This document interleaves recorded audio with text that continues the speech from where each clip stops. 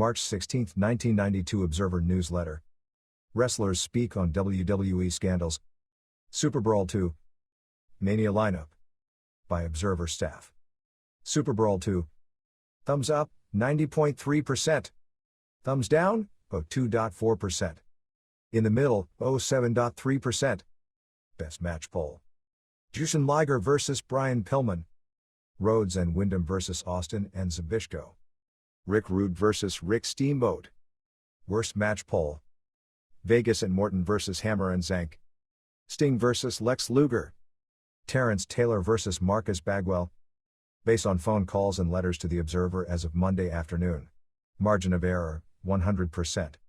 By the time most of you read this, any attempt to do a lead story will already be obsolete.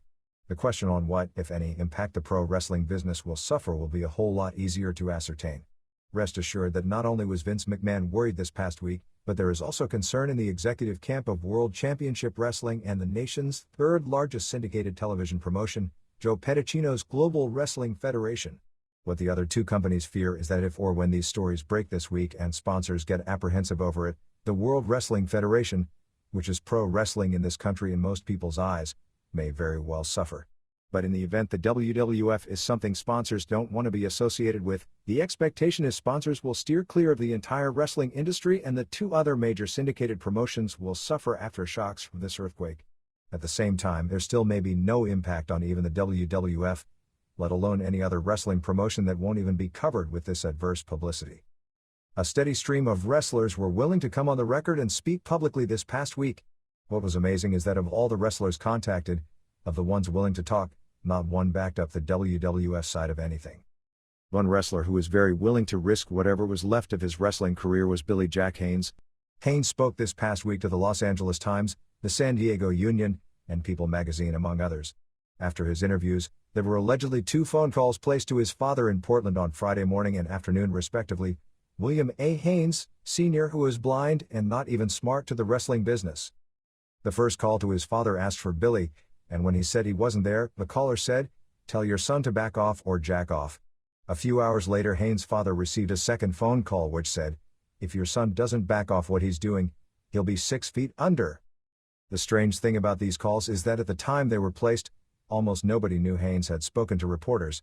Unlike David Schultz, who claimed to have received threatening phone calls after going on Inside Edition, which was viewed by millions, or myself, who got 2 threatening phone calls in January, which I blamed on random pranksters, nothing Haynes had said had been printed anywhere or even known about outside of a circle of about a half dozen people. As Haynes describes the story, his friend Brian Adams, Crush, was scheduled to return to the WWF. Adams, Mike Miller and himself were all, according to Haynes, listening on a speakerphone when Haynes asked Patterson for a job as well. Patterson offered Haynes a tryout at the tapings a few weeks back in Lubbock and Amarillo. Haynes drove down from Portland, Oregon, to Lubbock, and when he got there, Vince McMahon indicated he had no idea Haynes was going to be there and that he had already put together the television and couldn't give him a tryout match. According to Haynes, Patterson started walking away and kept walking as he yelled for Patterson to come back and talk. The next day in Amarillo he went to the taping again and Chief Jay Strongbow came up to him and said that Vince says he doesn't need you. Haynes said he exploded and Hercules, who was one of Haynes' friends when he worked with the WWF 1986 to 1988, put his arm around him and said, "Billy, don't do it," since Haynes said he felt like punching McMahon out. "Thank Hercules for me not tearing Vince's head off," Haynes said. "Maybe I should have. But it's not worth going to jail for." He had to drive 1,700 miles home from Texas. "I had to suck it up. I drove 200 miles and just started crying. It broke me." McMahon said that Haynes arrived unexpected looking for work. He said that Haynes had just stopped by without warning as he was moving from Portland to Tampa and came to the television tapings in Lubbock. He said he had no room for Haynes. Haynes, who still lives near Portland, doesn't know where anyone would get a story about him going to the tapings on the way to a trip somewhere else or moving to Tampa. George Zahorian went to jail for the crimes of Vince McMahon, Haynes said. Haynes recalled in 1987 when he was on a plane from Detroit to Miami, and he was working while in severe pain with 2 broken fingers, but he said McMahon wouldn't let him have time off since he was working in a major program with Hercules at the time. He was using codeine and Tylenol 3 supplied by Zahorian because of the pain. The codeine made the pain bearable. I took 2 on an empty stomach. Haynes, who was also on steroids at the time, saw his heart start beating irregularly, which forced the plane to make an emergency landing in Charlotte, where he was rushed to the hospital. The doctors told me I need either shock treatment for a pacemaker. I picked the shock treatment. Haynes said that incident was enough to keep him away from steroids from that point forward, although he blames the heart problem more on the painkillers. When asked about the 90% figure that has been oft used for steroid use in the WWF during that time period, Haynes felt that Billy Graham was being very generous to the WWF by saying 90%. I think it was 100%. Everyone was on. I can't think of one guy who wasn't. There was too much of a supply and too much of a demand. Vince made sure there was both a supply and a demand. If it wasn't Zahor in, it was the doctor in. Editor's note. Haynes specifically mentioned the doctor and the city, but at this point it wouldn't be legally prudent to mention his name, although he was the third wrestler to go on the record with the same name, who came into the building with suitcases full of the stuff. The smaller guys were under the most pressure, he remembered. If you didn't get big, you couldn't get a job. I didn't like steroids because they made me lightheaded, but I can't lie and say I didn't use them. I've shot up, named two of the WWF's current biggest stars besides Hogan. Haynes said that he considered himself buddies with Hogan when both were in the WWF and recalled an incident where Hogan came to Oregon City several years ago to make an appearance at the grand opening of Haynes' gym. Haynes said that about a week before the opening, which Hogan had committed to months earlier and publicity was out, McMahon, who Haynes claimed knew about the commitment months ahead of time, tried to get Hogan to back out and make another appearance. Hogan refused, citing the earlier commitment. McMahon admitted Hogan did the appearance for Haynes against his will, and said that Hogan didn't charge Haynes an appearance fee, and wouldn't make an appearance that day McMahon had wanted him to make. But like many others, he points to Hogan's appearance on the Arsenio Hall show as a turning point. I've injected him myself on more than one occasion, Haynes recalled. And he's injected me. When asked if he felt Hogan right now is an innocent victim since steroid use hardly begins and ends with Hogan or even pro wrestling, Haynes said, he's an innocent victim up to a point. When you're using your name to sell vitamins to children when you got big by using drugs, you're not very innocent. Even though this business is a work, you have to draw the line somewhere. I know Hulk will hate my guts for saying this, but it's the truth. Surprisingly, Haynes doesn't blame McMahon, as most others in the business do, for Hogan's performance on Arsenio. I think Vince filled his head up, but Hulk has a brain of his own. He's the best in the business, the best there's ever been, at getting over with the public. It's BS to blame Vince. That was Hogan talking. If he was a man and Vince told him to lie, he'd go on television and tell everyone that he was told to say something, and then tell the truth. But this business doesn't have a lot of stand-up guys. David Schultz is one, Billy Graham is one, and so is Rick Rude. Haynes said he felt the drug problem in the WWF was as bad as ever when he was at the television tapings, describing various wrestlers as zombies, but that steroid use was down, at least at that taping. This was the taping session where they filmed the Saturday Night Main Event on Fox, where we here pointed out how most of the wrestlers appeared to be off steroids, which ironically, was also when the second unannounced test was done. I thought the majority of the guys were off the stuff. I don't know if they were all cycling down at the same time, but it looked like they'd shrunk. The majority had anyway. Haynes said that when he was with the WWF and they tested for cocaine, mainly in late 1987 and early 1988, he felt the testing procedure was fake because the tests weren't monitored.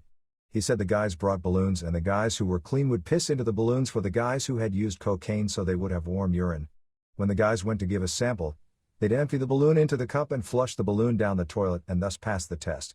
This is the same trick regularly used in the past among college football players. Today's WWF tests are actually monitored by a witness to make sure the urine in the bottle came from the wrestler.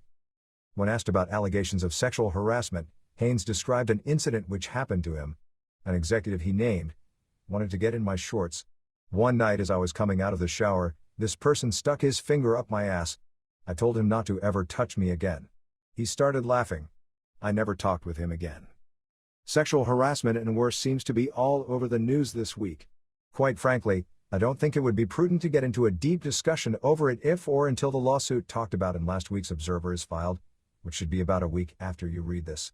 Geraldo Rivera's television show Now It Can Be Told is doing a segment and has already interviewed one boy, now 20, who has a story about his experience while working as a WWF ring boy at the age of 15. Barry Orton was also scheduled to be filmed for that show. Another former WWF wrestler gave a similar story as Orton this past week, but was advised by his attorney not to try the case in the media, but to take legal recourse instead, and doesn't want his name out until that happens. Yet another wrestler, who never worked for the WWF, faxed us a letter on Sunday, which is being held pending further developments, because he was upset with McMahon's denial of Orton's statements. McMahon tabbed Orton an incredible worker but said there's no place in the business for a 185-pound guy who is a great worker with a bad attitude. Orton said he weighed about 215 to 220 legit when he first went to Titan, but quickly got to 235 to 240 legit after getting on steroids. According to Orton, McMahon told him after he'd gained the weight, "Hey, thanks for changing your appearance. It led me to believe it would be the only way I'd get a push. It was my desire to take the steroids, although I never used them before being in the WWF. But it was encouraged by Vince. I don't know where the bad attitude comes in. I never said no when they asked me to put someone who couldn't lace my boots over. I wasn't like Legion of Doom who would say they won't do jobs.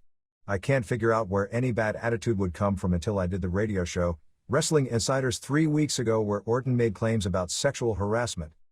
While McMahon's claim that Pat Patterson, Pierre Claremont, and Terry Garvin's, Terry Joyal, resignation wasn't an admission of any wrongdoing and blamed it on media pressure, the fact is, with the exception of a few newsletters and one radio show, no names had been mentioned in any stories. Indeed, if there was no substantiation in all of this and no more stories had broken, those names wouldn't have even been known outside of hardcore wrestling circles and a few radio listeners. While the New York Post did break the story more than 1 week ago, a story Titan claimed to have been lacking substantiation, there were no names mentioned either in that story or in this newsletter until Patterson and Garvin resigned last Monday. Patterson and Garvin were two of the names mentioned by Barry Orton on the Wrestling Insiders radio show 3 weeks ago. But while McMahon claimed Patterson and Garvin resigned because of their love for the company and that the resignations weren't asked for, ring announcer Mel Phillips was suspended at the same time. Phillips, whose name hadn't publicly come up anywhere in regards to this story but people behind the scenes knew when stories went public he would inevitably be linked to it, was punished at the same time Patterson and Garvin resigned. This seems to ruin the credibility that Patterson and Garvin acted on their own in this manner without any encouragement or that there is no substantiation to the charges. McMahon admitted several years ago that Phillips, who has been in wrestling for about 30 years, was dropped by the WWF and indicated it was a disciplinary problem relating to the subject, but that he later took him back. I spoke with two different friends, one who owns a $1 million company and another a significant local lawyer, and gave them both this situation, going under the assumption that they knew their two key executives were innocent and how they would handle it. All said they'd defend an innocent employee, particularly a loyal vice president, in the face of unfair charges. Given the same circumstances that McMahon alleged, both said they wouldn't have accepted the resignations. McMahon said he had no choice and that Patterson and Garvin were going to refuse to come to work, so he had to accept their resignation. Almost nobody in the wrestling business that I've spoken with this week believes Patterson, at least, is really not still a part of Titan, although that is a rumor that would naturally develop in a suspicious industry where everything is a work. That doesn't make it true. McMahon has taken a new strategy this past week, seemingly admitting the company has made serious major mistakes, although not admitting to any of the mistakes in a specific matter other than saying in retrospect the Persian Gulf War angle and snakebite angle may have been over the line, and trying to position himself as the sympathetic babyface being taken down by what he alleges as a conspiracy. Steve Planamanta was even quoted Monday in the Mexico City News that steroids are a lot more widespread in the wrestling business. And that is kind of frightening. Planamanta admitted steroid use was still a problem and that it would take time to clean it up.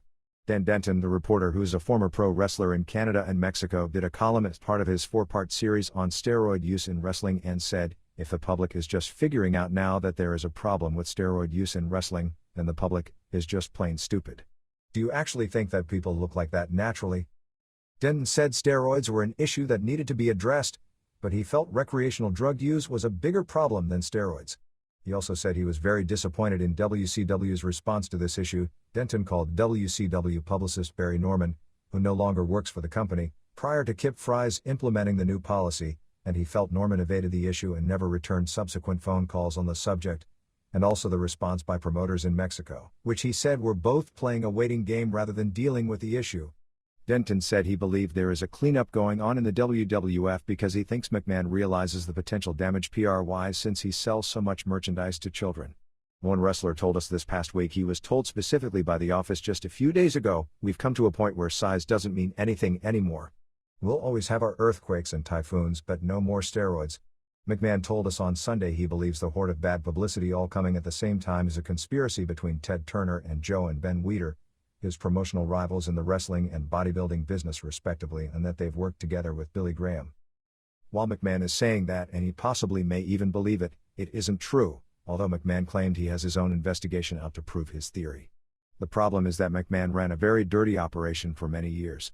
He encouraged rampant use of steroids, then denied it when it came time to face it, and his leading star issued a denial that every wrestler who worked for the company knew wasn't true. He didn't take action when certain situations took place, whether serious or in jest, that many took seriously, which made an awful lot of people believe there was homosexual harassment tied into employment at the marginal level and perhaps even in regards to a push.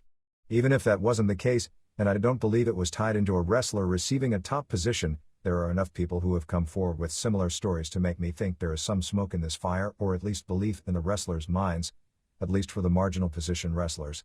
That kind of thing can't be hidden forever. When you throw in allegations by minors, at least 3 of whom have come forward, and a lawsuit just filed 2 weeks ago by the would-be voice of the World Bodybuilding Federation, that is an overwhelming amount of corroboration in such a short period of time that this was a company completely out of control in many different directions. When you tie those problems being apparently widespread, or at least knowledge of those problems being widespread, coupled with the fact that there were so many people who believed they have been stepped on that were working there at the time this was all going on, and it's a testimony to just how close-knit the wrestling business is and the fear of the power of Vince McMahon that none of this came out years ago. Ultimately, this is the best thing for pro wrestling. If the allegations are true, then certainly this type of activity will never be ignored in the future. In the long run, if McMahon survives this onslaught, and he almost surely will, in order to survive, many aspects of the business that were seen as simply part of the sleazy nature of wrestling will no longer be tolerated, which only makes it a better business for everyone. By the end of this week, we'll have a better idea of how strong this will all break. As of press time Monday, 2 newspapers, the San Diego Union and the Pittsburgh Post-Gazette, had gotten a measure of cold feet.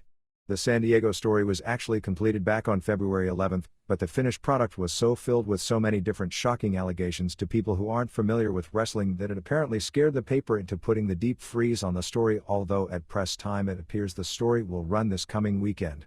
In Pittsburgh, the newspaper had a major problem with any allegations regarding Hulk Hogan doing drugs other than anabolic steroids, which caused reporter Mark Madden to become livid to the point of getting a speeding ticket in Ohio at the prospect of coming out with a story the same day as the Los Angeles Times and not getting nearly as deep into the story, despite having every bit as much if not more knowledge of the subject. The Pittsburgh and Los Angeles stories both were concentrating on Hogan, as was another story that will be released on Monday in People magazine. The San Diego story was on the business in general. The much-talked-about 2020 piece may be postponed for 1 more week or may have run on Friday, because so much has broken as of late. The WWF strategy in regards to 2020 was to agree to be a part of the piece only if McMahon could go on Live with Barbara Walters after the piece airs, and not to be taped and be a part of the piece. Expectation from here is that it's unlikely 2020 would agree to that, although with McMahon talking everywhere else, it wouldn't surprise me to see him eventually agree to become a taped part of the piece.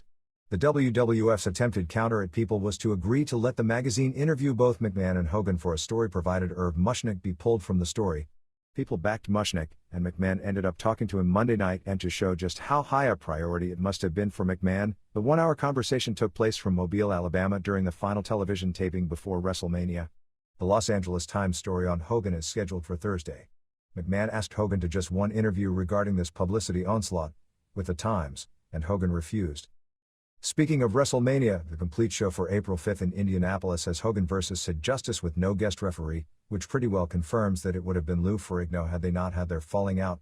Ric Flair vs. Randy Savage for the WWF title, Undertaker vs. Jake Roberts, Roddy Piper vs. Bret Hart for the Intercontinental title, Money Incorporated, Ted DiBiase and IRS vs. Natural Disasters for the WWF Tag Team titles, Tito Santana vs. Shawn Michaels, who is going to get a strong singles push, Tatanka vs. Rick Martel, British Bulldog vs. Berserker, Owen Hart vs. Skinner and Jim Duggan and Sergeant Slaughter, and Big Boss Man and Virgil vs. Nasty Boys and Repo Man and Mountie.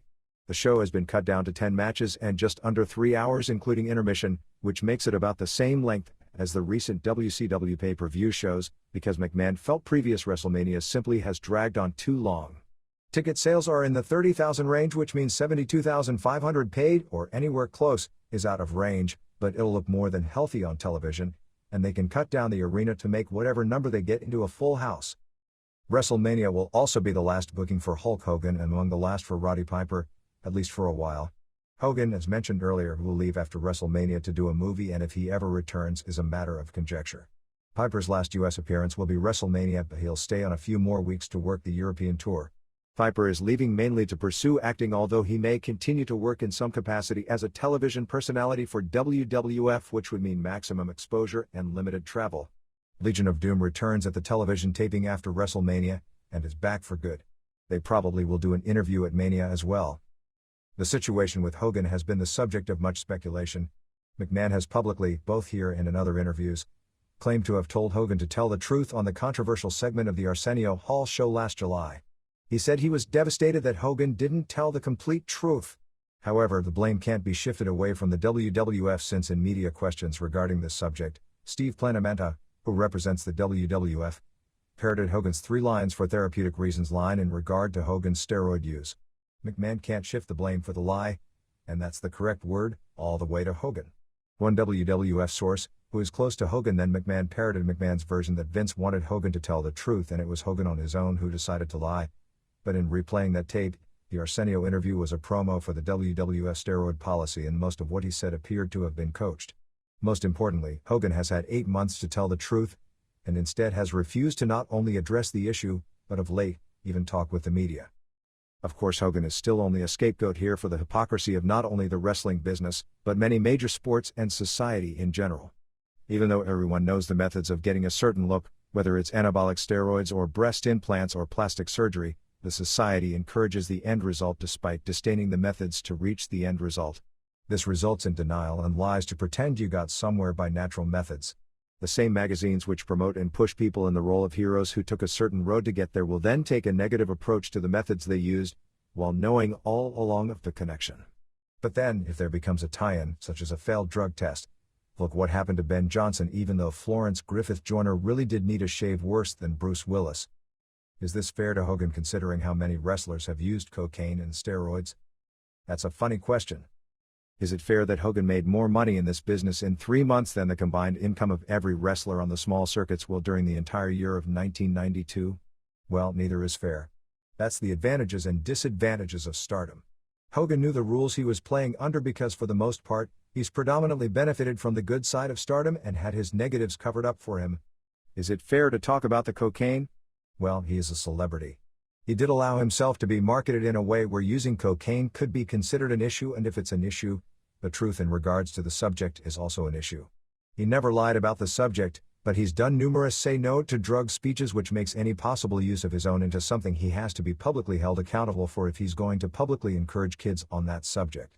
But he is a celebrity, and the advantages that go along with it are the money and the fame, and the disadvantages are that your life is more of an open book than the average wrestler. It may strike other pseudo-celebrities who have done cocaine the wrong way, but if it gets brought up, hopefully they'll learn the most valuable lesson we've all learned from Hulk Hogan, and that is, don't lie. At least not when you have a lot of enemies out there who know you are lying. At this point, it's impossible to have any sympathy toward Hogan in regard to the steroids. He had a chance to tell the truth. He didn't, despite overwhelming evidence, for reasons only he can tell. But he won't tell. He didn't tell the lie just once. He spent the entire month of August, day and night, promoting a movie and telling the same lie, and continued publicly repeating it through November. Then he's had months to come up with a reason why he lied. He ignored it. If there turns out to be a story that could be crippling, it is the story Phil Mushnick wrote about last week. At this point, it's pretty much a story which we can't go into detail on. It goes through the proper channels. The real game here is twofold. Can McMahon find the alleged victims and make amends? Read that any way you want to, before something is filed legally, which makes the subject fair game to anyone?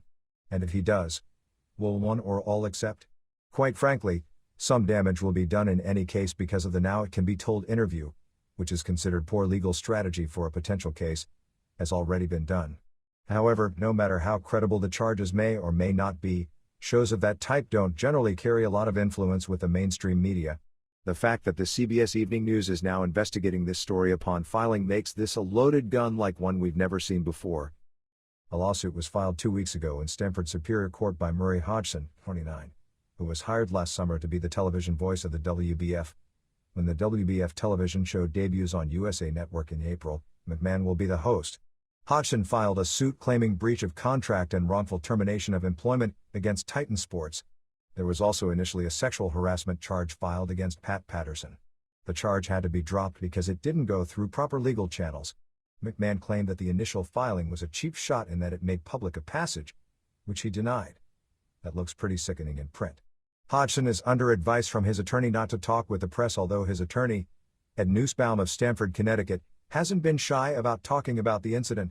Allegedly, on July 29, 1991, Patterson made a pass at Hodgson which he rejected, and 3 weeks later he was fired by McMahon. McMahon claimed it was because Hodgson was incompetent at his job. In the face of all this media pressure, McMahon, as mentioned last week, hired Dr. Mauro Di Pasquale, ironically considered the expert in North America on steroids and also at beating steroid tests, to upgrade the steroid tests. In the face of all the steroid criticism, McMahon once again is trying to switch the subject matter from rewarding wrestlers who look like Sid Justice to how much money he's spending on steroid testing. McMahon and Dr. Anthony Daly, the overseer of the Titan drug testing program, both admitted this past week that approximately 50% of the wrestlers tested positive at the first steroid test on November 13 in New Haven. Since that time, there have been 3 tests, with the most recent showing approximately a 15% figure on those who have tested positive according to both. Wrestlers are only suspended, which nobody has been up to this point, if the level of steroids in their system doesn't decrease. Figures are misleading because there are still masking drugs that don't show in a urine test that can hide the presence of steroid metabolites. There are oral steroids that clear the system in as little as 8 hours, although most take several days. It's pretty well known that there will be a few weeks between tests, which would in theory allow a wrestler to go on orals for a week after every test and be pretty safe as far as testing positive. Although McMahon claims upon close inspection other functions change while on steroids and use can be ascertained. In the other direction, oil-based injectable steroids like Winstrol V and Decadurabolin take a few months to clear the system, and in rare cases as long as 6 months. Hulk Hogan passed all 4 of his steroid tests, according to McMahon and Daly. I bet that shocks you, huh? It should be noted that the first time the NFL did drug testing, which was a non-penalized testing, that 6% of the players failed, even though it was the general consensus about 40% of the players used steroids. Now nobody fails the drug test, even though the estimates are about 15 to 20% still use the stuff, although one current coach told me the percentage couldn't be that high. McMahon also admitted that several of the wrestlers believed to be heavy steroid users had blood work done on them in the past 2 weeks to show the effects of steroids on their systems. For example, according to McMahon, Davey Boy Smith was discovered having a thyroid imbalance, which means that without medication, his weight and body fat would balloon if he got off steroids because of a slow metabolic rate, since steroids artificially enhance your metabolic rate and can cause some body organs to shut down their natural production. Here's some major WCW dates for the next few months. After the May 17 pay-per-view show from Jacksonville, there will be a Clash on June 16 from Charleston, South Carolina, a pay-per-view from Mobile, Alabama on June 20. The Bash is being moved from Baltimore to Philadelphia. Why? On July 12, a Clash will be held either September 2 or September 3 from somewhere in Ohio, and a pay-per-view on September 13 from the University of Colorado in Boulder, Colorado, aka Big Van Vader University, called Campus Crush. While this isn't definite, I believe the tournament for the NWA title will take place from August 7 to August 12 in Japan, with the final 3 nights at Sumo Hall in Tokyo. Starrcade in late December will be from the Great Western Forum in Los Angeles. There will also be a tournament this summer, probably in the United States, to determine the NWA World Tag Team Champions, who will eventually unify with the WCW Tag Team Champions. Bad news for WCW is that barring an unforeseen rabbit pulled out of a hat, the last card at the Meadowlands will be March 31st. Because of poor attendance, the arena decided to go with the WWF. The WWF pulled out of the building after the building booked dates with WCW. The strategy in this case generally is that they pull the power play of only booking one promotion, or the WWF pulls out, and then pull out because in the long run they'll come back because WCW won't be able to draw as well in the building, and it's worked almost every time. Coming on the heels of the surprisingly weak showing on pay-per-view of SUPERBRAWL 2, WCW sources claim an 0.8 buy rate, while most other sources are saying 0.6 to 0.7, which would mean somewhere between a $2.40 and $3.2 million gross. Came figures that showed last weekend was the weakest as far as television viewership in many months. The heavily pushed WCW show with Jim Ross and Jesse Ventura pushing the pay-per-view and airing the tag team title change with Terrence Taylor and Greg Valentine beating Ron Simmons and Big Josh drew a 2.0 rating, the lowest in months. The main event show the day after the pay-per-view, which traditionally does around a 3, did just a 2.3, while Power Hour on Friday night in a different time slot did a miserable 0.9. WWF didn't fare much better, with All-American doing one of its lowest ratings of all times, a 1.8 on March 1st, while Prime Time on March 2nd did a 2.4. WCW came to town here on March 7th for a show at the Kaiser Convention Center in Oakland as part of a 3-day California swing. I didn't get the exact attendance but would estimate it at around 1,400 for a decent, but unspectacular show.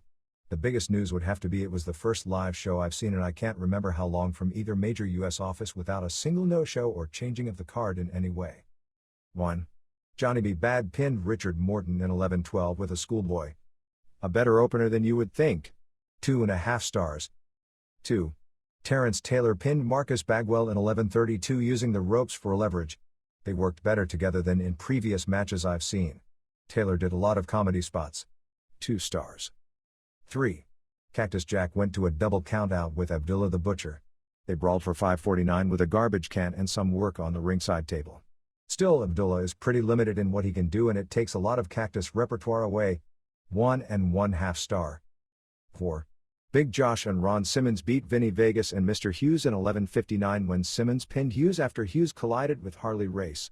Harley didn't take one of his picture-perfect body slam or suplex bumps here. Hughes now wears red wrestling boots and a matching red band for his glasses. He needs to drop some weight as he looked too fat even in a suit. 1/2 star. 5. Barry Windham pinned Larry Zbyszko in 3:47 of a Texas death match with an inside cradle. Dud. 6. Rick and Scott Steiner and Dustin Rhodes beat Arnold Anderson and Bobby Eaton and Steve Austin in an elimination tag team match. The storyline was the exact same as in Chicago the previous Sunday. An all-action good hard-hitting match. I kind of pity Anderson and Eaton because they've got to work with the Steiners every night for the rest of their natural lives, which is no picnic. Actually, there were a lot of people upset with the quickness of the ladder falls. First fall went 13:23 with Austin and Rhodes both counted out. Second fall went 2:07 with Scott disqualified for backdropping Eaton over the top rope. So this left Rick with both Anderson and Eaton. Instead of getting a little heat up for this 2-on-1 heel advantage, Rick simply pinned Bobby with a bulldog off the top rope in 32 and pinned Arn with a clothesline in 9 minutes 3.25 stars. 7. Sting pinned Rick Rude in a cage match in 10:32. This was also a good match but a bit short for a main event. Rude was excellent here. Finish saw a ref bump, Paul E. dangerously threw the phone in, which Rude got. Sting picked Rude up for a back suplex and instead of the finish where Rude hits Sting with the phone from the position, Rude didn't hit Sting and Rude was pinned with the back suplex. Rude and dangerously attacked Sting for a few minutes after the match was over. 3.25 stars. EMLL. Misterioso and Volador won the Mexican tag team titles from Tony Arce and Vulcano on March 8 at Arena Mexico in Mexico City. Cien Caras kept the CMLL World Heavyweight strap beating Salomon Grundy on the same night. America, formerly Pantera 2, won the CMLL welterweight belt on March 8 at Arena Coliseo in Mexico City beating Fuerza Guerrera. The February 28 show at Arena Mexico in Mexico City was another hot one headlined by Parada Morgan beating Massacre in a hair versus hair match. Both guys juiced heavily and were biting each other's cuts, which shows AIDS awareness at its highest point. Morgan won the third fall via submission in a bout that went 20 minutes 3.25 stars. Also Conan and Rayo de Jalisco Jr. and Pero Aguayo beat Sangre Chicana and Cien Caras and Mascara Año 2000 in 2 straight falls in 1927. The second fall ended with the heels DQ'd because they wouldn't pin Conan and all the faces were left laying when it was over to set up the next week main event. 3.25 stars. The best match on the show saw Octagon and Mascara Sagrada and Liz Mark over Emilio Charles Jr. and Jerry Estrada and Pierroth Jr. in 13:14. Estrada and Pierroth both juiced. 3.75 stars. The opener saw Midgets Espectrito Jr. and Pequeno Pierroth beat Mascara de Sagrada, the great midget wrestler there's ever been, and Octagon Cheeto in 15:13 2.75 stars. Rival promoter Benjamin Mora, who has a running feud with Conan and publishes Lucha Libre magazine and promotes in Baja California, brought in a bodybuilder who used to wrestle as Drago as the new Conan and wore Conan's old mask. However, Antonio Pena took legal action since the Conan name is registered, and he had to change his name to El Coloso. Mora also published some photos of natural versus synthetic with a photo of Kanek as natural and Conan as synthetic. Kanek ain't natural, folks. Cien Caras defends against Canadian Vampire on a big show March 15 in Monterrey, which is expected to draw 15,000 fans. Carl Styles is headed in and Negro Casas is expected to debut here in May and feud with Octagon and or Atlantis. Among the newcomers headed in are KKK, Ciclone Azul, Remolino Negro, Manos de Oro 2 and Rams, who wears a Los Angeles Rams uniform, MS2 and MS3. This week's television show has a rematch with Conan and Ryo and Aguayo vs. Karis and 2000 and Chicana plus Salaman and Aaron Grundy, Mike Shaw. Team with Lizmark vs. Nitron and Satanico and Morgan. A new midget will debut shortly called Ultimate Dragon Cheeto. Women wrestlers Tanya and Esther Moreno are both out of action with foot and ankle injuries respectively. Esther, who is probably the best non-Japanese women worker in the world right now, will be out 2 to 4 months. WWF Vice President Dick Glover is negotiating to run a joint show in Mexico City with this promotion, probably around summertime. The Bestia Salvaje vs. Huracan Sevilla hair vs. hair match a few weeks back drew 15,000 fans to Arena Mexico. UWA. Veteran wrestler Tamba the Flying Elephant will be retiring at the end of this month after fulfilling his current contracts.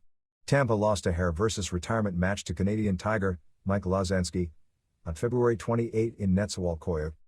The UWA's television contract expired last week and both the UWA and Imavision want to continue airing UWA shows.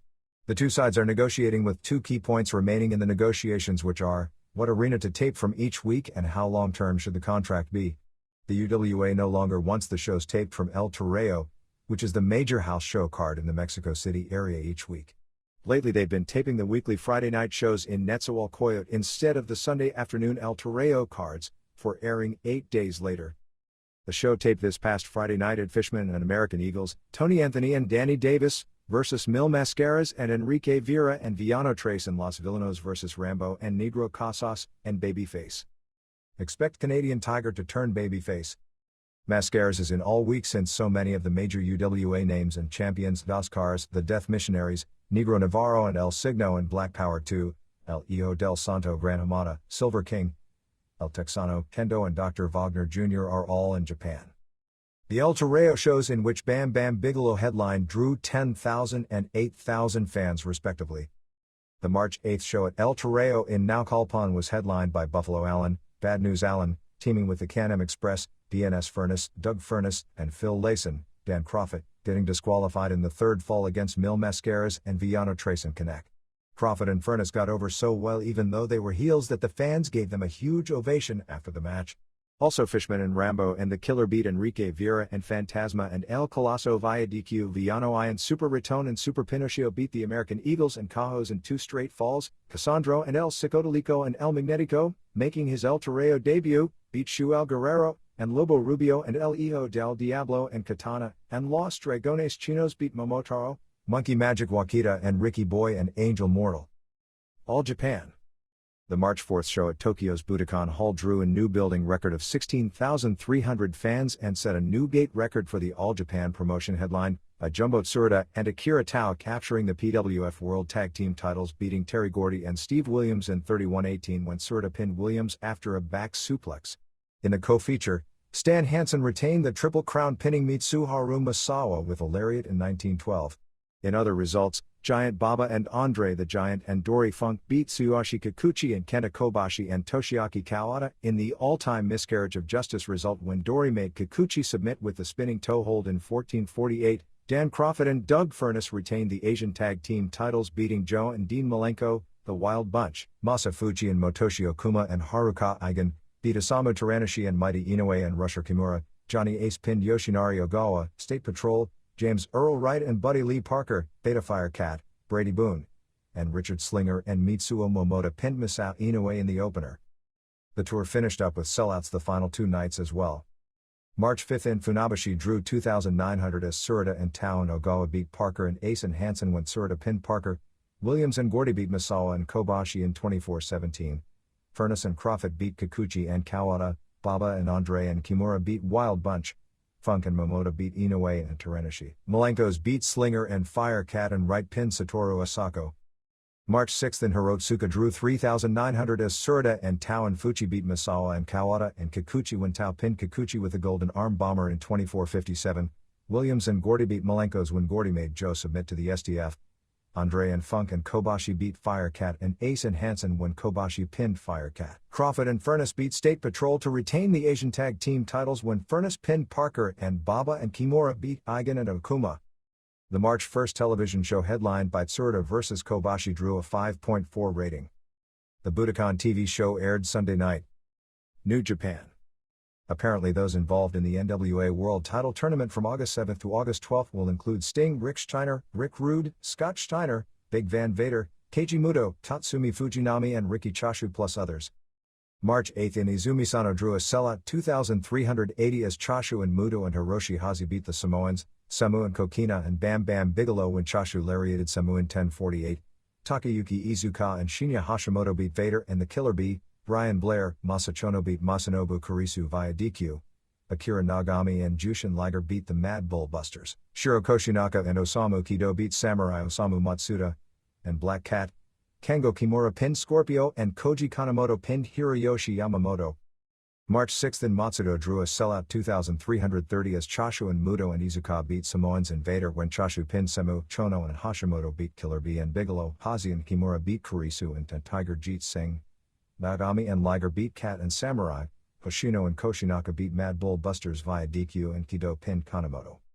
March 5th in Otaki drew 1,700 as Vader and Bigelow and Killer Bee beat Kimura and Muto and Chono when Bigelow splashed Kimura, Choshu and Iizuka beat Singh and Kurisu, Samoans beat Hazi and Hashimoto, Cat and Samurai beat Liger and Koshinaka, Nagami and Kunyaki Kobayashi beat Mad Bull Busters, and Kido pinned Scorpio. Last week's television show did a 6.7 video research rating. Other Japan notes. Wing had a big show on March 8th at Tokyo's Korakuen Hall before a sellout 2,300 fans as Mr. Pogo beat Mitsuhiro Matsunaga when the ref stopped the match when Matsunaga was unable to continue after Pogo threw fire in a bunkhouse match main event. Also Ivan and Vladimir Koloff DDQ headhunters from Puerto Rico, Asia Kong and Bison Kimura beat Kyoko Inoue and Akira Hakuto in a women's match, Miguelito Perez pinned Vic Steamboat, Yukihiro Kanemura pinned Rip Rogers and Iceman, Ricky Santana pinned Ryo Miyake. Universal opened on March 7th in Yokohama before 2,300 fans as Los Brazos beat Kendo and Dos Caras and Gran Hamada, the Death Missionaries, Signo and Navarro and Powerslam Johnny Bonello aka Black Power 2 in Mexico, beat Dr. Wagner Jr. and Silver King and El Texano and Punish and Crush, Hakiyoshi and Takayama in Mexico, and Elio Del Santo beat the Global Trio, Lightning Kid and Dynamic Lynn aka Jerry Lynn and Ricky Rocket who may be Ricky Rice but I'm not sure, plus Koro Maeda beat Miori Kamiya in a women's match. All the six-mans are part of a week-long trios tournament. March 8th in Osaka drew a sellout 2,200 as Texano and King and Wagner beat Santo and Punish and Crush, Kendo and Karas and Hamada beat Death Missionaries, Global Trio beat Los Brazos and Suzuka Minami pinned Maeda. The Global Trio replaced El Exoticos May Flowers and Rudy Reina and Pimpinela Escarlata, who do the transvestite gimmick. Akira Maeda's rings on April 3rd in Hiroshima has Maeda vs. Volkan from the Soviet Union. Rings announced new rules in that pinfalls no longer count for a victory. The only way to win is either knockout or submission. Wing on March 6th in Hitachi drew 1,256 as Perez and Pogo beat Kanemura and Matsunaga, Koloff's DDQ Steamboat and Iceman and Headhunter beat Rogers. All Japan Women taped television, airing Monday night before 2,800 in Yokosuka as Toshio Yamada and Minami Toyota retained their UWA, Mexican, World Tag Team titles beating Yumiko Hata and Suzuka Minami in 22:47 plus a battle of regular tag partners saw Bull Nakano pin Akira Hokuto, Kong and Kimura beat Kyoko Inoue and Seiki Hasegawa, Debbie Malenko and Takako Inoue beat Bat Yoshinaga and Tomoko Watanabe and Atsuko Mita pinned Kwaro Ito. Next big women's show is March 20th at Korakuen Hall with Hata and Minami vs. Yoshinaga and Watanabe. Malenko and Hasegawa defend the Japanese tag team titles against Mariko Yoshida and Mima Shimoda returning from Mexico. Nakano vs. Kyoko Inoue in a non-title match and Kong and Kimura vs. Yamada and Toyota with the WWA tag titles against the UWA tag titles. The big show after that is WrestleMarine Piat on April 25th in Yokohama headlined by Nakano vs. Kong for the WWA singles title. SWS on March 14th in Aomori has Yoshiaki Yatsu and King Haku vs. George and Shunji Takano, Genichiro Tenryu and Takashi Ishikawa vs. Hercules and Berserker, Samson Fuyuki and Fumihiro Niikura and Naoki Sano vs. Shinichi Nakano and Tatsumi Kitahara and Kenichi Oya.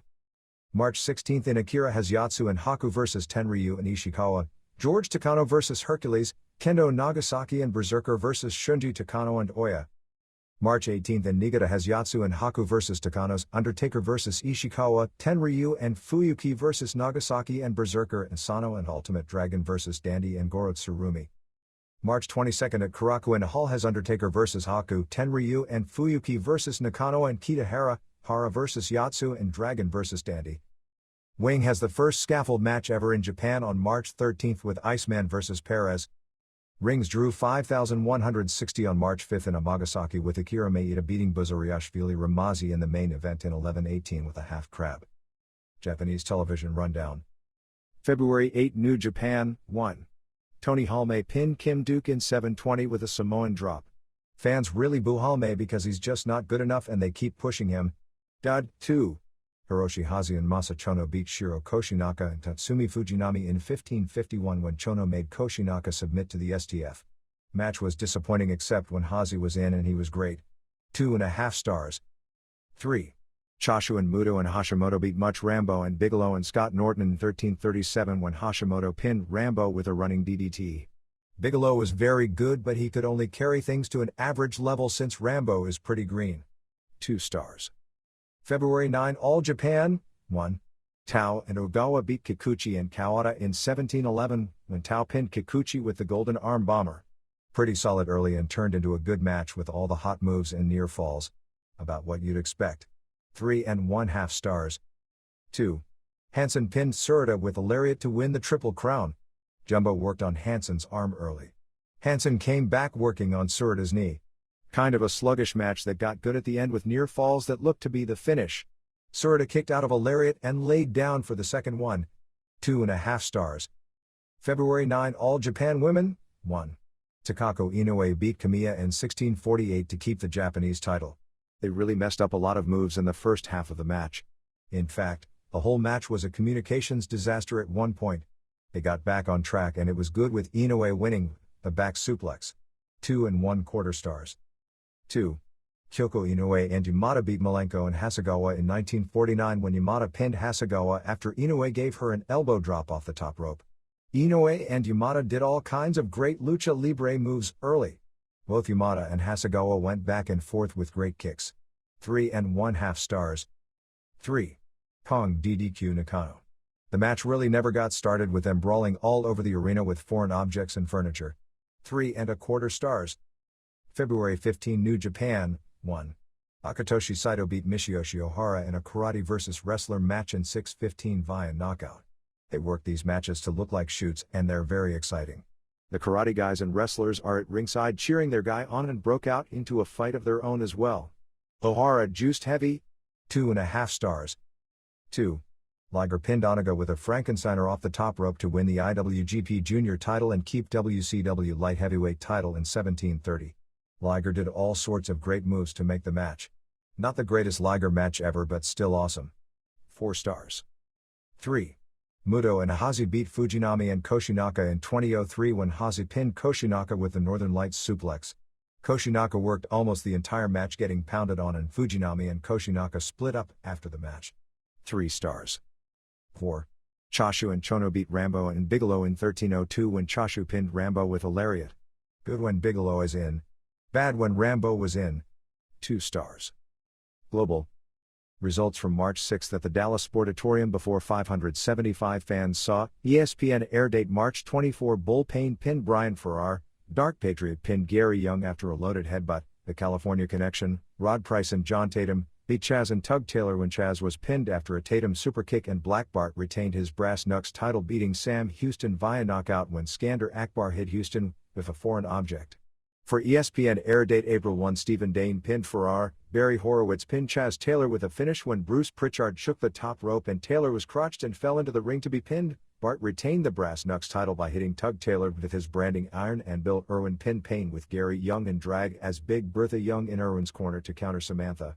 Young was apparently hilarious in this don't miss performance and the finish saw Young kiss Payne on the lips and he was so upset that Irwin pinned him. For ESPN airdate March 31 The Viper, Mike Davis, pinned Farrar, Dane Drew Houston, Terry Garvin pinned Horowitz in a non-title match. The main event was scheduled as Dark Patriot defending the North American title against the Patriot, however since Del Wilkes is headed to Titan, he didn't appear and was replaced by Garvin. Eddie Gilbert was the ref and Bruce Pritchard was placed in a cage. Gilbert favored Garvin as ref.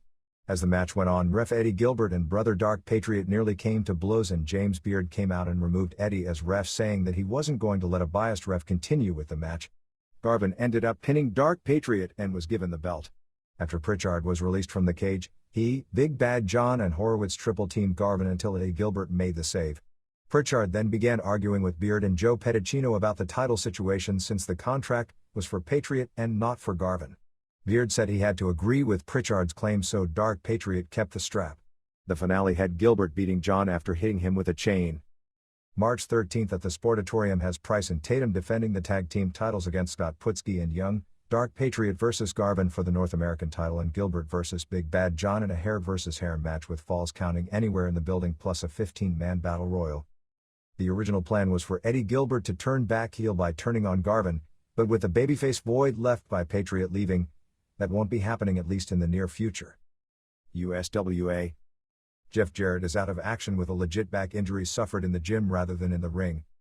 March 2nd in Memphis saw the Fat Boys beat Tony Falk and Jim Steele. Mississippi, Texas beat Dirty White Girl to win the USWA Women's title. Brian Christopher beat King Cobra to keep the Texas title. Tom Pritchard beat Dr. Death to keep the Southern title. Eric Embry beat Pat Tanaka. Coco or pinned Kimala to keep the USWA title when the Moondogs attempted interference with the garbage can backfired and hit Kimala, and Moondogs beat Ware, subbing for Jarrett, and Jerry Lawler when Lawler did the job, but after the match, Kimala made the save and ran the Moondogs out using a door and turned babyface.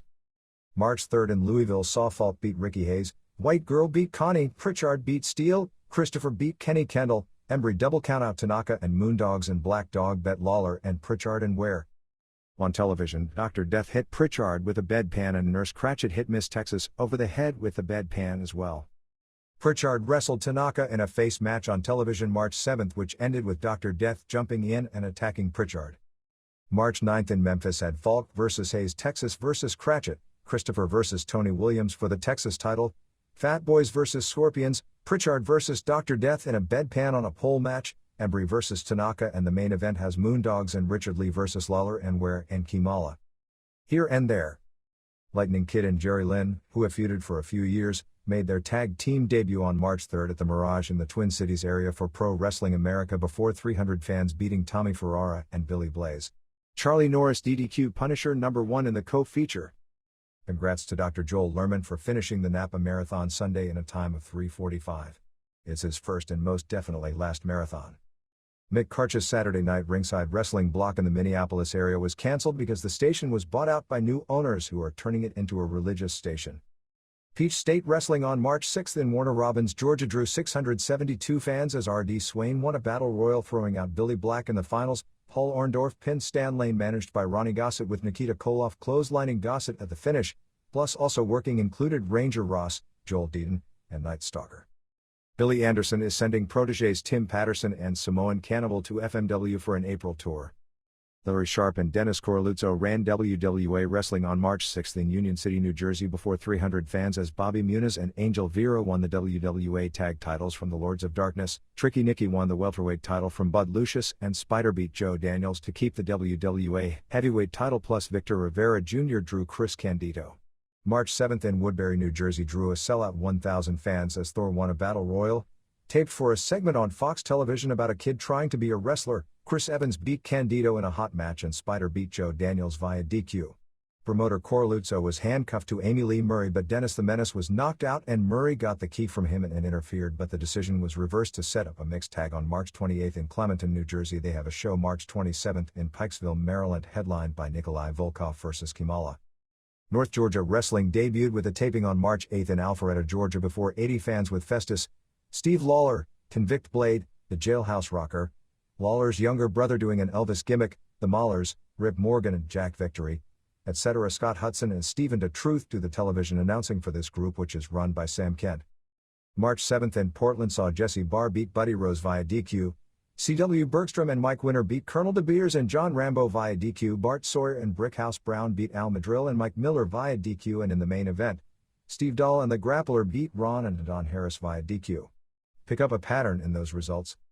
March 7th in Caguas, Puerto Rico saw Randy Rhodes and Wild One beat El Corsario and Rockin' Rebel, Sasha beat La Tigris, Doug Masters pinned Rex King, Cyclone Salvadorino and El Bronco #1 beat Heartbreakers, Wendell Cooley and Frankie Lancaster. Ron Garvin pinned Invader #1 to keep the Universal title when Carlitos Colon came to ringside and accidentally hit Invader with a 2x4. The long-awaited Colon vs. Invader matches seem impending, Lawley beat Fidel Sierra in a pole match and double countout with Dick Murdoch. Former wrestling manager Lou Albano has a major role in the new movie, Complex World. Steve Gator Wolf has shows on March 2nd in Baghdad, Arizona before 300 fans as Louis Spicolli pinned Electric Youth, David Gibson, Samoan Cannibal, James Iono, beat Rip Savage via DQ, Starman Billy Anderson, beat Sean Dakota, Cannibal and Youth beat Spicolli and Starman and Gator Wolf beat Sheikh Abdullah Hussein, Lou Fabiano. Same drew 250 on March 3rd in Mesa, 200 on March 4th in Prescott Valley, 620 on March 5th in Tuba City. WWA on February 28 in Tijuana, Mexico drew 3,000 headlined by Leo Del Santo and Tinieblas Jr. beating Dr. Wagner Jr. and Negro Casas plus Tinieblas Sr. and Ultraman 2000, Amigo Ultra for FMW, and Kamikaze Ninja beat Gigante Warrior, Butch Masters, and El Cobarde and El Cabalan. The new Stampede Wrestling in Calgary is apparently history. Ladies Major League Wrestling on March 1st in Port St. Lucie, Florida drew 325 as Susan Green beat AJ Watson, Penelope Paradise beat Allison Royal, Candy Divine beat Malia Hasaka, Pink Cadillac won a handicap match and Judy Martin and Leilani Kai became the first LMLW Tag Team Champions. Wendy Richter and Bambi Iqua on March 5th in Tampa drew 200 as Allison Royal beat Paradise, Jim Backlund beat Mitch Incognito Terminators, Al Green and Mark Laurinaitis kept the U.S. tag belts by getting DQ'd against Lou Perez and Alan Iron Eagle, Jim Neidhart pinned Star Rider Rock, Denny Brown beat Mark Starr via DQ. WCW. The March 9th television tapings in Anderson, South Carolina before 3,500 fans, no idea of paid versus paper, saw the debut of Steve Williams and Terry Gordy as a tag team. They worked 3 matches that were taped, but none will air on television until May because they aren't coming in until June to work a program with the Steiners. The gimmick on television is they are going to say that they aren't sure if they're coming in or not and that Japanese interests are trying to keep them from coming in.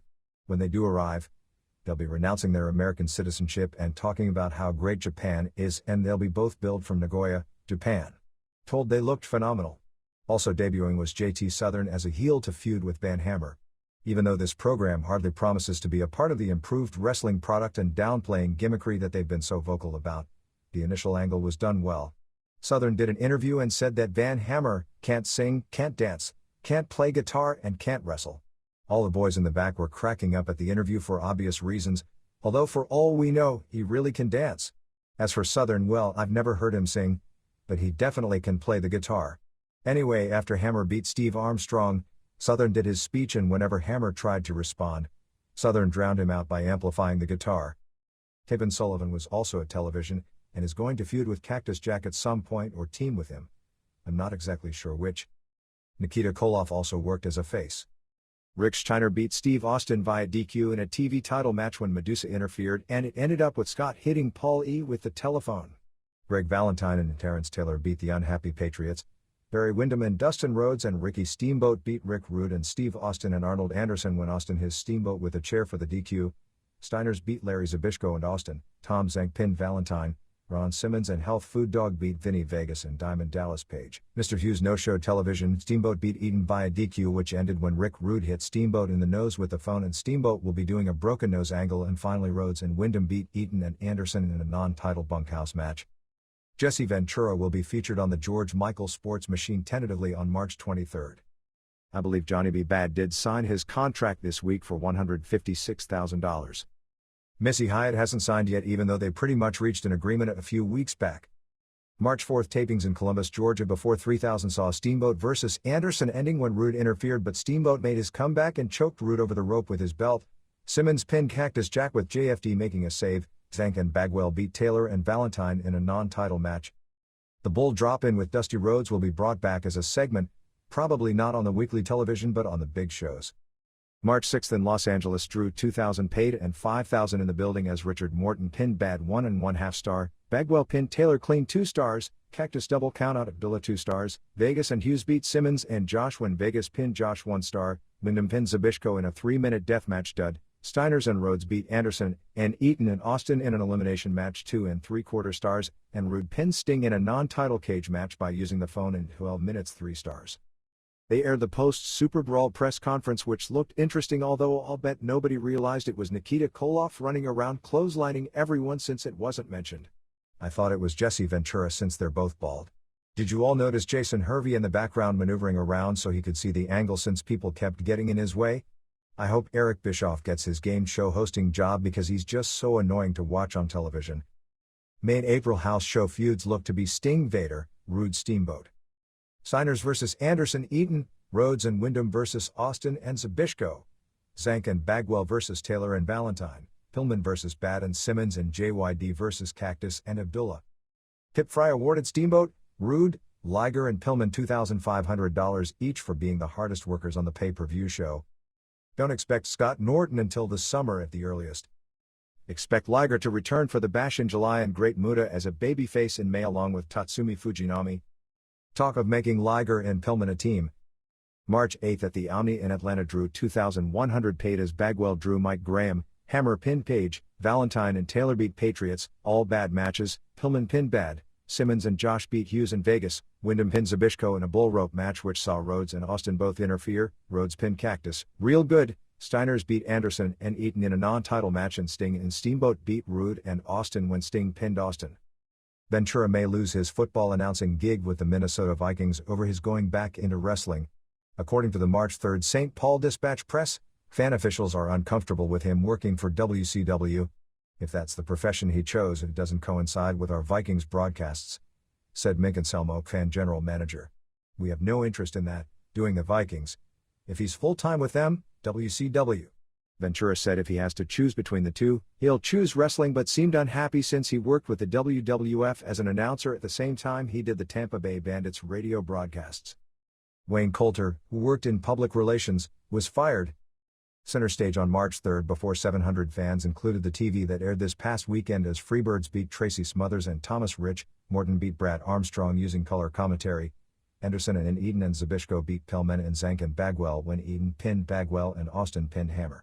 This weekend has Paul E. dangerously open with one of the best interviews in a long time. Rhodes and Wyndham beat Page and Rich in a horrible match. Valentine pinned Bagwell, Pillman pinned Morton, Scott Steiner beat Austin via DQ in a TV title match. Freebirds gave a 30-minute, 7-song concert after the Atlanta Hawks basketball game on March 7 at the Omni. It was well received particularly because the band was real strong. WWF. Highlights from television tapings that took place March 9 in Mobile, Alabama saw the beginning of a feud with Bret Hart vs. Shawn Michaels for post-WM. Hart was wrestling Mountie when Michaels and Sherry came out and caused Hart to lose via countout. Ted DiBiase didn't work because of a legit back injury, although they kept the program with natural disasters going. Newcomers at TV were Samoan SWAT Team, Fatu and Samoan Savage, as babyfaces to fill the vacant tag slot with the breakup of the New Foundation and the Maulers. Rip Morgan and Jack Victory, as heels. Hulk Hogan's post-WM movie is called Rough Guys. The Madison Square Garden card aired on the MSG network head-to-head with the SUPERBRAWL pay-per-view, so I'm not sure about this cable rule of not putting free wrestling opposite pay-per-view shows. Entertainment Tonight on Thursday did a WrestleMania plug. The bodybuilding television show Body Stars debuts April 4 on USA Network at 11 a.m. Saturdays for a 13-week run. It'll concentrate more on softcore health and fitness rather than hardcore bodybuilding. Everyone is raving about the interview Ric Flair did on Superstars this past weekend regarding the Randy Savage match.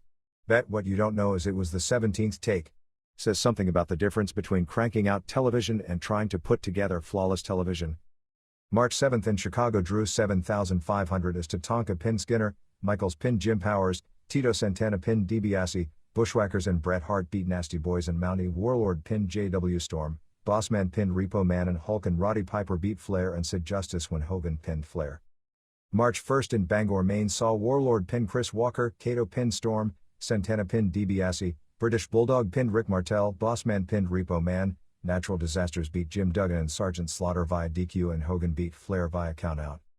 March 1 in Moline, Illinois, Drew 4,000 as Tatanka pinned Skinner -1 star, Michaels pinned Powers 2 stars, Crush, Bryan Adams, pinned Berserker 3 stars, Bushwhackers and Hart beat Mountie and Brian Knobbs and Michaels.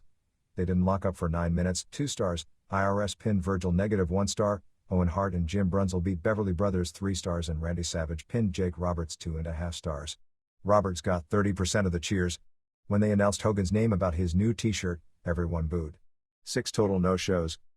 February 28 in Normal, Illinois, Drew 4,300 as Michaels beat Powers, Tatanka beat Skinner, Crush pinned Berserker, Bret Hart and Bushwhackers beat Michaels and Knobbs and Mountie, IRS pin Virgil, Owen Hart and Brunzel beat Beverly Brothers and Savage beat Roberts in a cage match.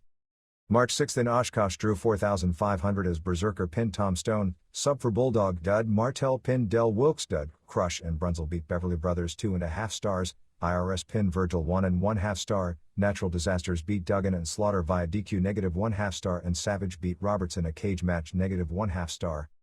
The readers' pages. Steve Dr. Lucha Sims of 1,427 watts. Dickens Avenue, Chicago, Illinois 60614 puts out Lucha Libre Weekly for $1 per issue. This will turn out to be one of the best newsletters on the market. Maniacs at 298 Nishimagome, Haku Tokyo 143 Japan, has the new Wrestling Super catalog on sale for $18. Please send dollar bills only as cashing personal checks in Japan is next to impossible. John May of 1 Terry Circle, Hope, Arkansas 71801 is looking for a VHS tape of SUPERBRAWL 2. Joseph Gianninoto of 472 Grammaton Avenue, Mount Vernon, New York 10552 is looking for a copy of the 1937 book The Fall Guys by Marcus Griffin.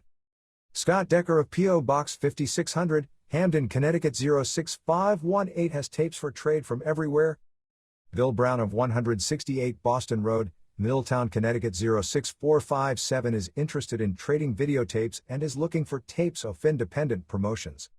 Brian Dyke of 615 15th Avenue SE No. 3, Minneapolis, Minnesota 55414 has a tape of SUPERBRAWL 2 and is looking for tapes of Crockett Cups in 1987 and 1988 and Clashes 1 through 3 and tapes of any Ric Flair vs. Barry Windham matches in exchange.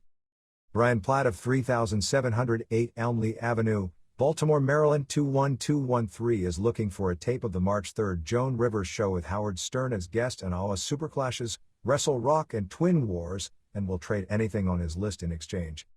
Jeff Mullins of P.O. Box 36819, San Jose, California 95158 has newsletter Pro Wrestling Sushi for $6 for 4 issues, and if you order now you get a double issue free. Gary Will of 55 Carolina Street North number 901, Waterloo, ONTN 2L6B9 Canada is looking to compile a complete list of regional title holders and is looking for histories of championships during the 1970s. Rob Silvernail of 3057 Delaware Avenue, Kenmore, New York 14217 is looking for any material on early 1970s WWF assassin, Bill Walters, and a tape of Bruno Sammartino's birthday party incident. Jeff Gagliardo of 5954 Hill Rose Drive, San Jose, California 95123 is looking for a tape of Wrestle Talk with Jim Cornette and Dan Farron as guests. Mike Sawyer of 831 Pasadena Avenue, Niagara Falls, New York 14304 puts out the newsletter Leg Drop for $5 for 5 issues.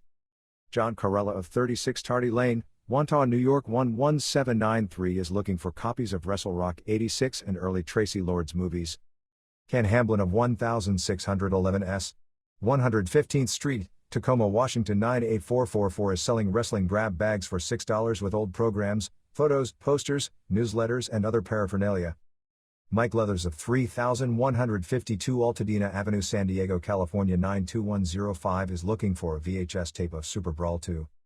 Alan Raskin of P.O. Box 14537, Philadelphia, Pennsylvania 19115 puts out the newsletter Pro Wrestling Review. Send us ACE for more information. Jim Murphy of P.O. Box 1536, Casey, South Carolina 29033 is looking for a regular supplier of All Japan and New Japan tapes. Dave Parada of 26 Bendix PL, Lindenhurst, New York 11757 is looking for old tapes of NWA World Championship Wrestling television shows. Gary Langevin of 124 Maple Street, Newport, Vermont 05855 is looking for WWF Championship Wrestling shows from 1984-86. All episodes of TNT Primetime and All-American Wrestling from 1985 to 1987, Tri-State Wrestling, International Wrestling from Montreal from 1985. All episodes of Pro Wrestling This Week, Bob Luce Hall of Fame Classics and will trade anything in his collection in return. Frank Strom of 81 Sargent Street, Revere, Massachusetts 02151 is looking for a tape of the LPWA pay-per-view show and will trade tapes of All Japan Women in exchange. George Foster of 931 Mears CT, Stanford, California 94305 is looking for photos of Woman, Misty Blue, Missy Hyatt, Sherry Martel, and Lady Blossom. Goodhart Refunds. This is a follow-up letter to the recent one about refunds for TWA tickets. I've listed some instructions below which may be helpful. Anyone who had purchased tickets directly from Ticketmaster or Ticketmaster tickets from Joel Goodhart may return them for a refund by going to the Philadelphia Civic Center box office or to their place of purchase.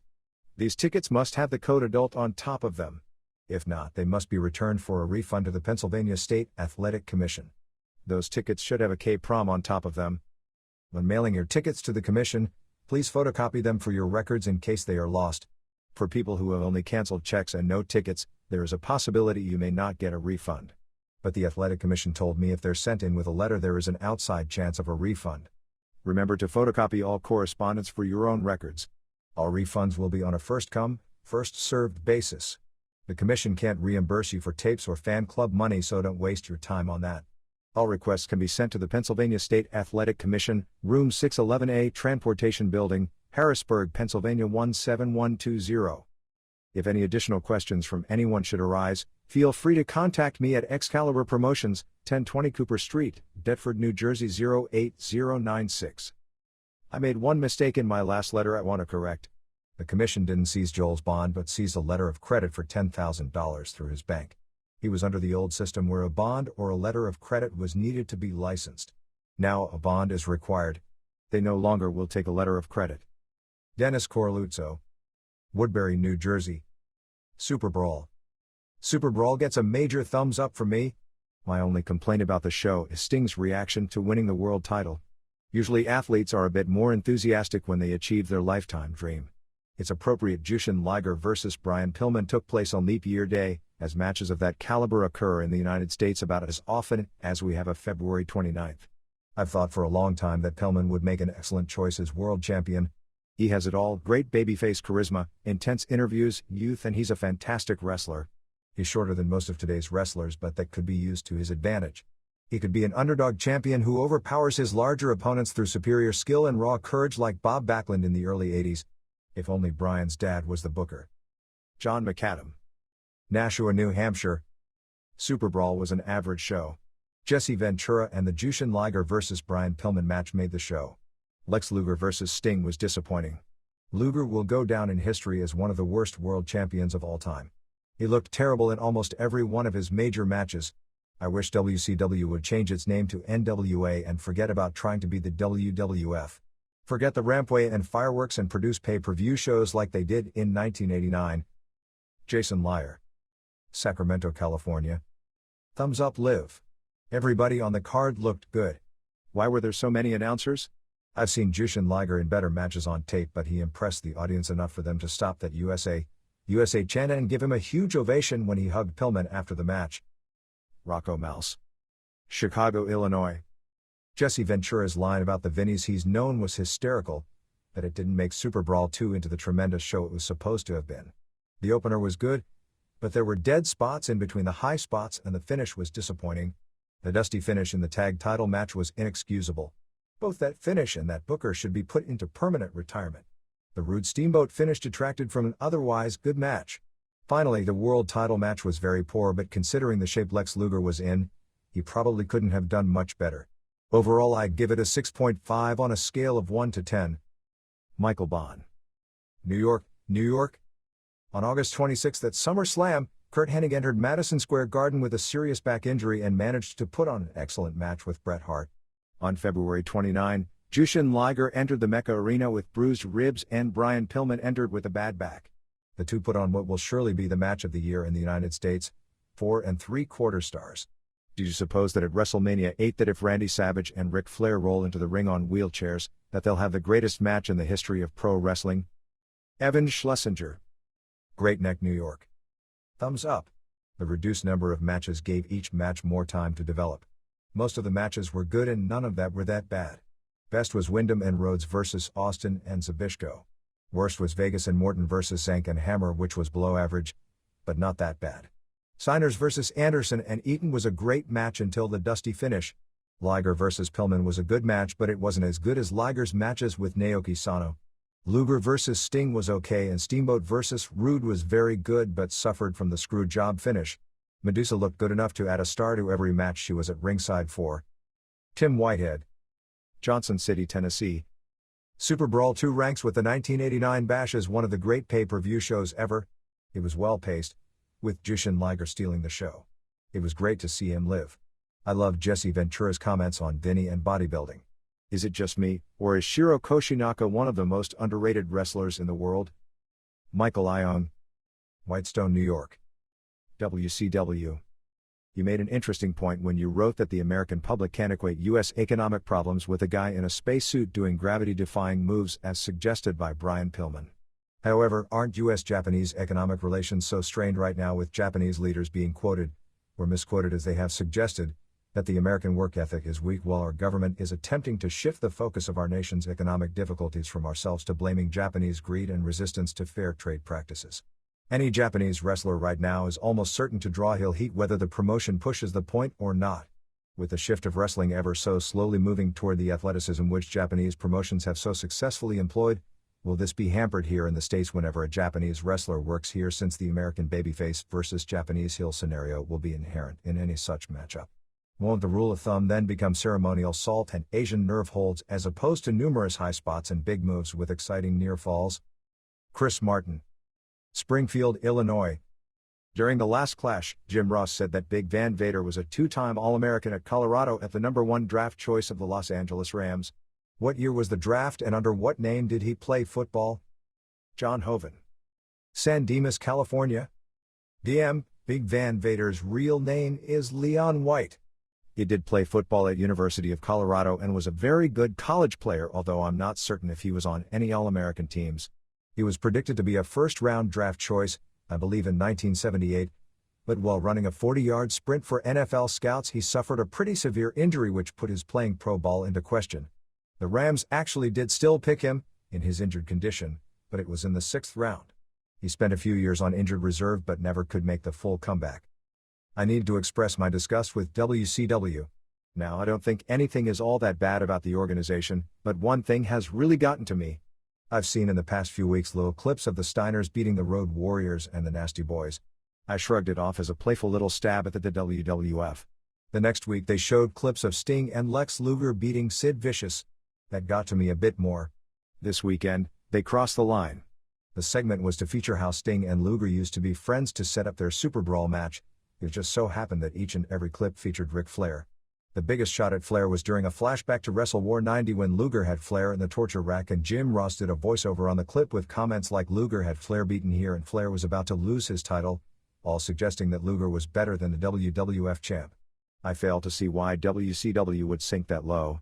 They seem to be relying on these clips to get by as competitive. Do they need to do this? No. Ric Flair was the man who made their promotion for a decade. I'm disappointed to see WCW stab him in the back like this. Dave Prozik, Lisle, Illinois. WWF. It appears that Vince McMahon is making Pat Patterson and Terry Garvin the sacrificial lambs in this episode. Yet, according to Phil Mushnick's article, Vince doesn't admit to any wrongdoing by either party. What does he mean when he says they have been the target of unfair innuendos? Once again, instead of acing the issue head-on, he tries to skirt the issue and hopes it will go away. Joseph Dante, Union, New Jersey. As the father of a 9, 7 and 3-year-old who all got turned on to pro wrestling by me, it is my sincere wish that pro wrestling and the WWF in particular take a searching and fearless inventory of themselves, publicly admit to the mistakes they've made in the past and move forward with a clean company in all matters. We all make mistakes in our lives. It is the winners who learn from them and are not doomed to repeat them. Kevin Moran, Stockton, California. By your own admission, it is hardly fair to judge Hulk Hogan against his image before he was that image in regards to cocaine allegations. I don't know of a single wrestler who qualifies for anything approaching sainthood. I'm aware of temptations of life in the last lane. As for people being able to make an argument that using cocaine is okay if you do it on your own time and it doesn't interfere with your job, but the argument not holding water with steroids because of the competitive advantage, that holds no weight in a court of law. A magazine interviewer reported on the Joan Rivers show about a month ago that it is a condition of interviewing Arnold Schwarzenegger that steroids won't be discussed. I've often heard it said by various sports writers that Schwarzenegger suffered kidney damage from steroids and believe Roy Firestone mentioned it on the Ron Reagan show. Isn't the head of the President's Council on Physical Fitness and Sports an appointment made specifically for the kids of America?